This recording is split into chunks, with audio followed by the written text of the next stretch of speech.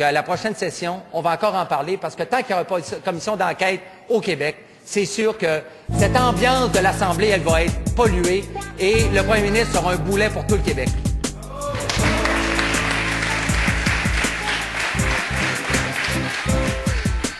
Que nous voulons respecter le règlement parce qu'on respecte les Québécois. Président, même quand c'est grave, il ne répond pas. Je changerai simplement en disant que je considère qu'on donne toujours des réponses. Mais Monsieur le Président, il est où le gouvernement? Monsieur le Président, est-ce que le premier ministre qui n'a pas daigné se lever encore réalise la gravité de la situation? Les insinuations, il y a eu des événements. Le gouvernement agit avec diligence. Le premier ministre a perdu la confiance de la population et même ses alliés l'abandonnent. Nous pourrons annoncer prochainement les intentions du gouvernement à cet égard. Je dépose l'extrait d'une pétition adressée à l'Assemblée nationale. Une pétition adressée à l'Assemblée nationale signée par 87 pétitionnaires. Comme nous l'avons fait à presque toutes nos séances en 2010, il me fait plaisir de déposer une autre pétition de citoyens du Québec réclamant une commission d'enquête. Réclame désormais une enquête publique sur l'industrie de la construction. Annoncer la tenue d'une enquête publique. Exigeant la tenue d'une commission d'enquête ici à l'Assemblée nationale. Vont appuyer la création d'une commission d'enquête sur l'industrie de la construction. Oui ou non, Monsieur le Président? Monsieur le Président, depuis un an, les médias nous ont appris que Laval, c'est la ville où a eu lieu un cas clair de collusion en 2003.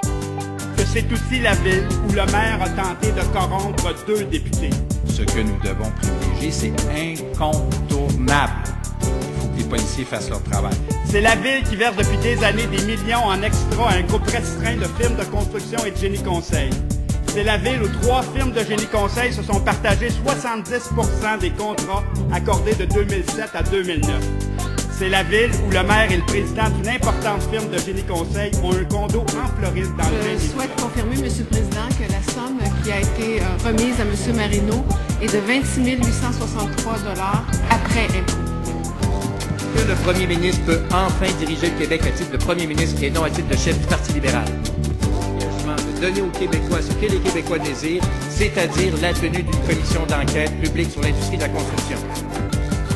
Pourquoi le gouvernement refuse et s'entête encore et toujours, seul dans son coin, à tenir ce que tous les gens veulent, c'est-à-dire une commission d'enquête publique?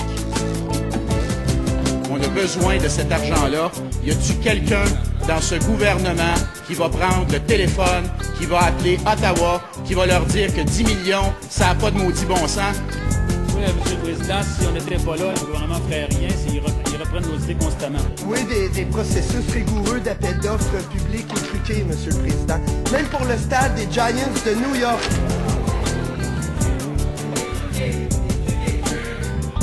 Ce que je dis ici aujourd'hui, c'est que le député de Johnson et son leader sont une fois encore en train de faire de l'enflure et en train d'inventer des histoires là où il n'y en a pas. Alors, ce que j'ai été en train de dire, Monsieur le Président, nous avons réussi à avoir des ententes avec le gouvernement fédéral. Décidément, l'industrie gazière semble avoir bien compris comment fonctionne la famille libérale. Monsieur le Président, je constate qu'il y a beaucoup d'enflure verbale dans la question du député de l'Assomption. Il poursuit des forages dans la cour des citoyens. Je vais rappeler à tous les Québécois que grâce aux actions de notre gouvernement, on est au bon endroit, au bon moment.